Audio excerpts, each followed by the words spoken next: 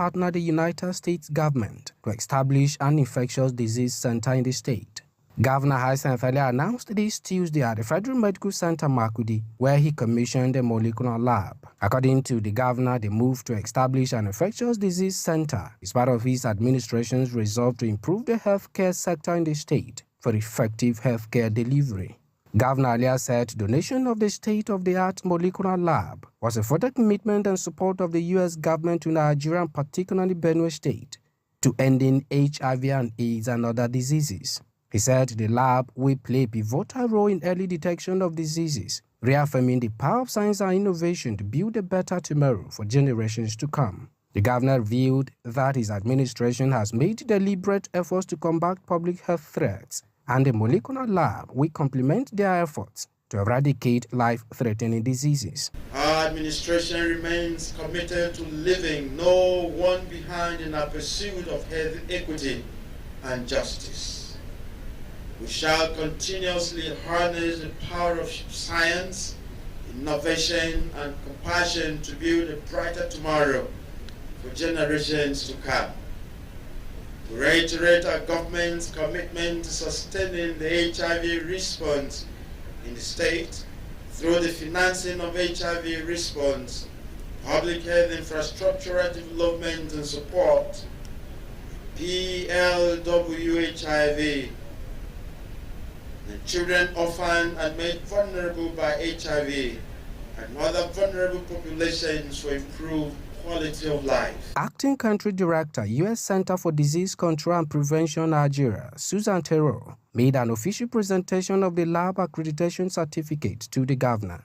The molecular lab is meant to support accurate lab investigations, including viral load assessments and early infant diagnosis, while serving as a hub to receive and process samples.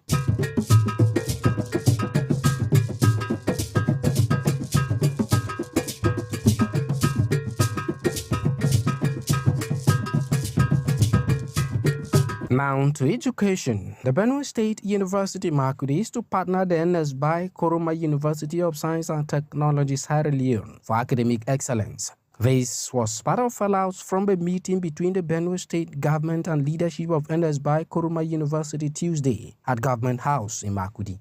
Of course, institutions of learning across the world are embracing technology and innovation to improve learning and teaching aimed at academic excellence. The government of Benue State is making sure that its only owned university, the Benue State University Makurdi, is at par with other world universities in building minds for a greater society.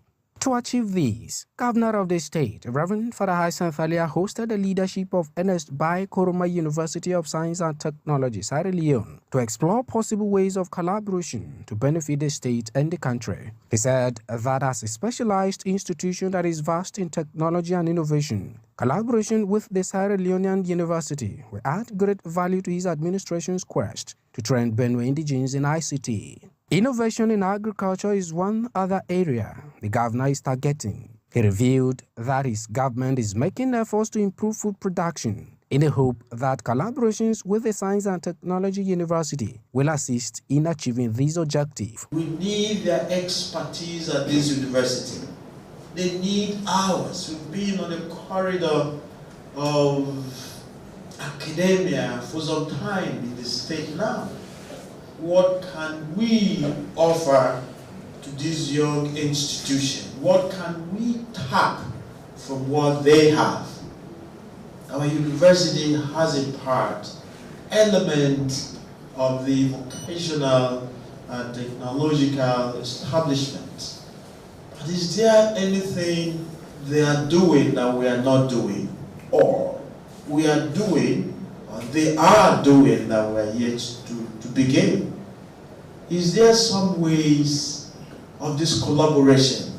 Is there a way we can infuse the great talents of those two nations on the West African coast so that something giant can be produced? Leader of the delegation and Vice Chancellor of NSBI Koroma University of Science and Technology, Sierra Leone, Professor Edwin Momo, explained the purpose of the visit to seek academic collaborations with the Benue State University Makurdi. The chairman, Conference of Vice Chancellors and Principals in Sierra Leone, said The intended partnership will help the two countries improve cultures and traditions in building the continent of Africa.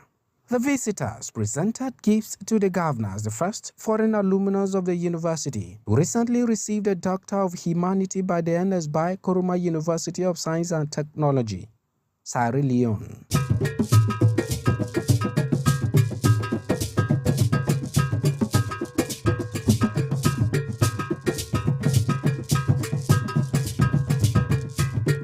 Shifting attention to justice and public order, the governor of Benue State, Reverend Father Hyacinth earlier signed into law 10 bills recently passed by the Benue State House of Assembly. Governor earlier performed the exercise Tuesday at the Old Banquet Hall of Government House, Makudi, in company of the Speaker, Benue State House of Assembly, Aunduna Daju, and other top government officials in the state. He said the laws were meant to protect the general safety of Benue people and to ensure that their rights as citizens are not abused by other people. According to Governor earlier, he was signing into law what will make the people understand that Benue is their home and that they will protect it to hand over to those coming after them a better state.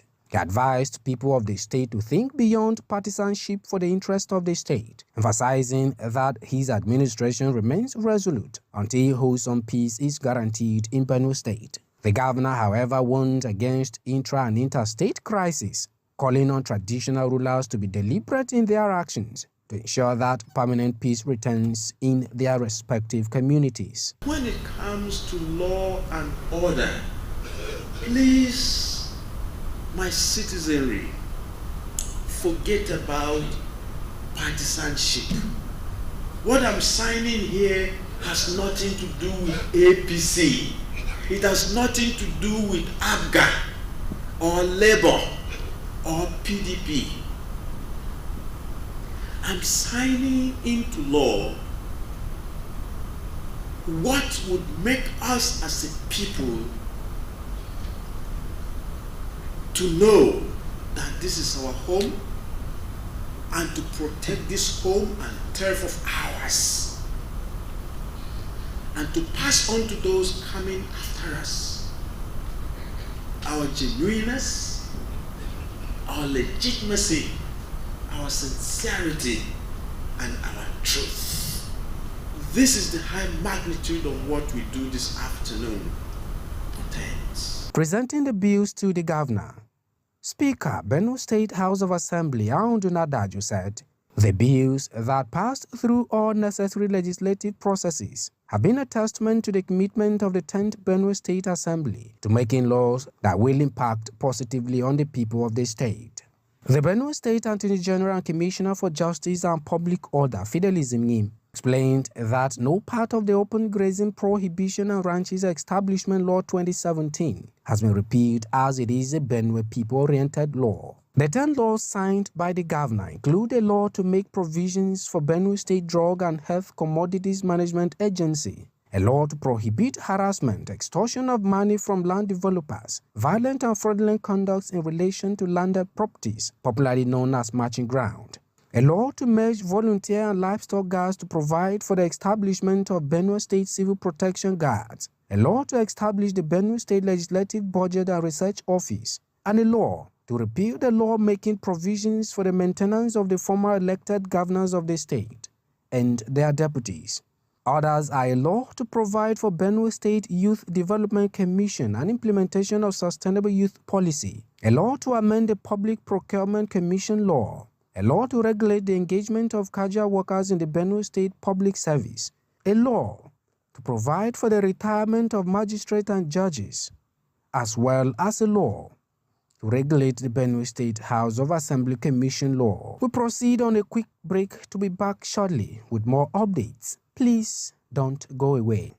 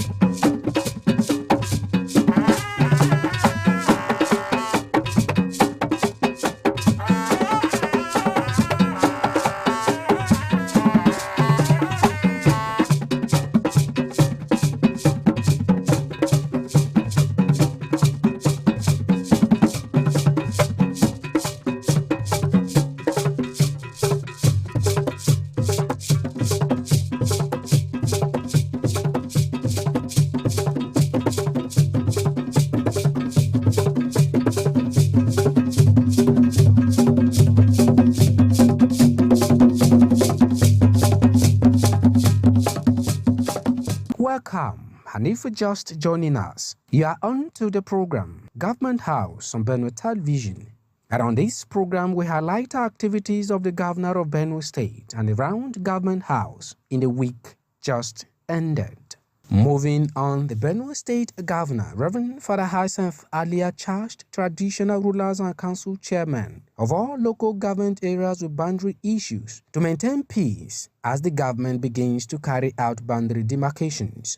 Governor Alia gave the charge Tuesday during an emergency meeting with caretaker chairmen, traditional rulers, and stakeholders from Gwe, Goma, Makudi, Otukpo, Ohimini, Kwande, Konshisha, Oju, and Vandika local governments in the presence of head of boundary commission at Government House in Makudi. It is no longer news that the lingering crises in some local government areas of the state have continued to defy simple dialogue. Many lives have been lost and property destroyed due to these land disputes. That was the reason behind the final stage of meeting by stakeholders in the state to bring lasting solution. Following security reports and requests by some local government councils coupled with the recent land conflicts in some border communities, the Benue State Boundary Committee had decided to call for that meeting to address various concerns. Governor Hyacinth Alia, while addressing the stakeholders, informed that the state government is set to begin demarcation of 4 areas in the state and cautioned all to ensure that the demarcation is clear and respected by all. So please, my fathers, the society demands of you so much. And as we come to mark the demarcations that is already done by all of you through our Uto and the Totiv and the Ochidoma, let the demarcations be respected. Let it be so loud and clear. The State Deputy Governor, Chairman of the Benue State Boundary Committee, Dr. Sam Ode, in his address, said that the committee under his watch will leave no stone unturned until peace is achieved, in line with the development agenda of the earlier administration, who is desirous to ensure that internally displaced persons return to their ancestral homes. Traditional rulers from the 3 senatorial districts, second-class chief of Vandika local government, Nyongo Achiaku, his counterpart from Gwe, Dominic Akpe, and that of Oju, Daniel Legede, appealed for demarcation of neighboring communities to resolve boundary issues between the people for lasting peace and development of the areas. The caretaker chairman of Konshisha local government, Mr. Philip Achwa, representing caretaker chairman from Benue Northwest, the caretaker chairman of Gwe, Mrs. Comfort Agbo, representing Benue Northeast, and that of Otukpo Wisineche for Benue South, urged the stakeholders to key into the peace agenda of the earlier administration.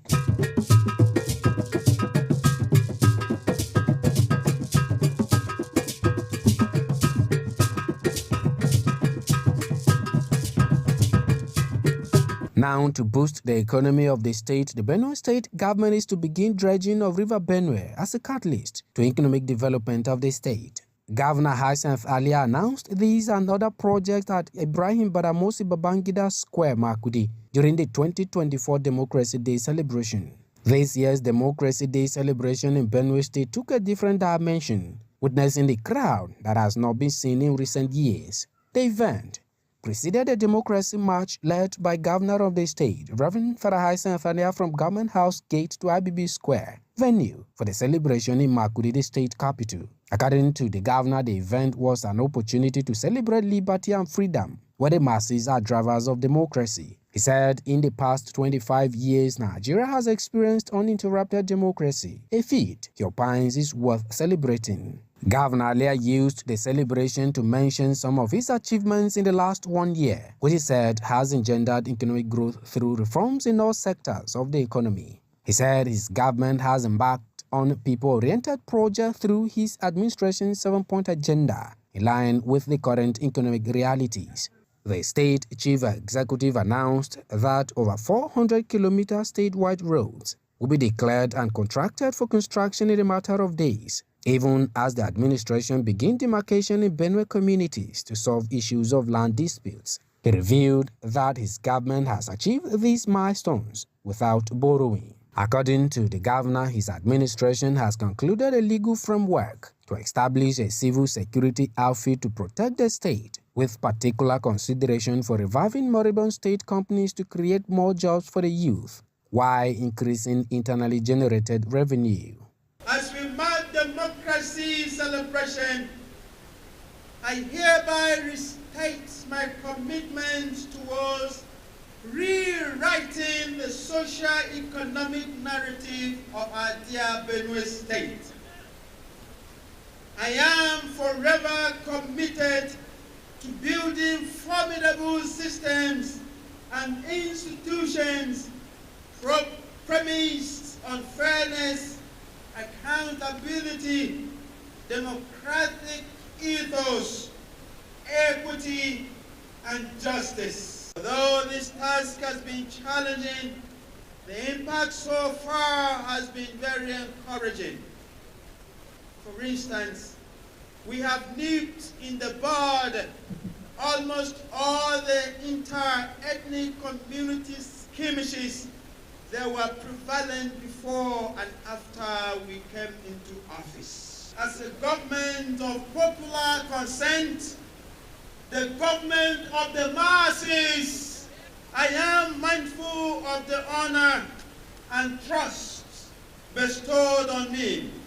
For this, I have pushed sleep and comfort to the back seat to ensure that I live up to the expectations and terms of our social contract. A minute silence was observed in honor of a former military governor of the state, Group Captain Joshua Obademi, who died this year at the age of 73 years.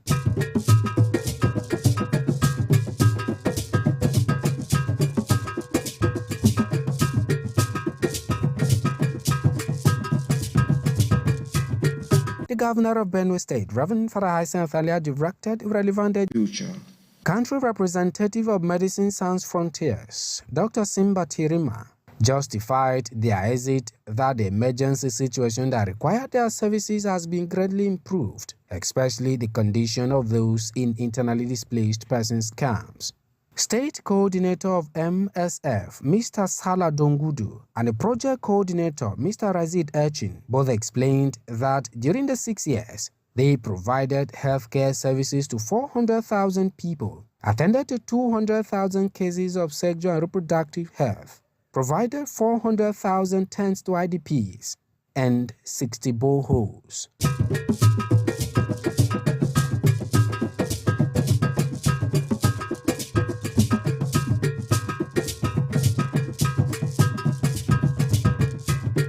And just before we anchor it on this edition of the program, the Benue State government discredited news in the media of borrowing money from the European Investment Bank to execute projects. A press statement by the Chief Press Secretary to the governor, Teso Okula, said the reports were untrue, misleading, and a figment of the imagination of the authors or rumor mongers and should be accordingly disregarded by the people of the state.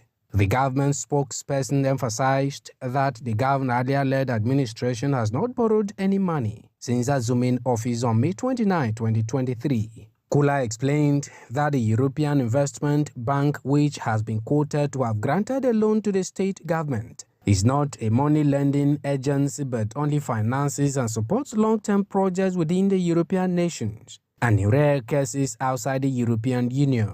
According to him, the 25 million euros mentioned by the misleading information is not a loan but a grant to Benue State, due to the belief and trust in governance of his principle that have rekindled the confidence of lovers of development, thereby attracting donor agencies and development partners to the state. He further explained that the Federal administration has not yet seen any need to borrow money, assuring people of the state that the governor will explain to them why and how much is to be borrowed and for what purpose anytime the need arises. The CPS therefore assured Benue people that the 25 million euros grant, when assessed, will be used by government for the purpose it is meant for.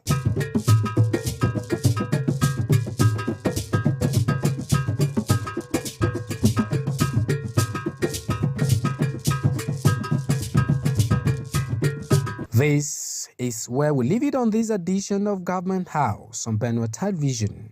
We promise to be back with updates in the next edition. I've been your guide, Emmanuel Akuna. Enjoy the rest of the week.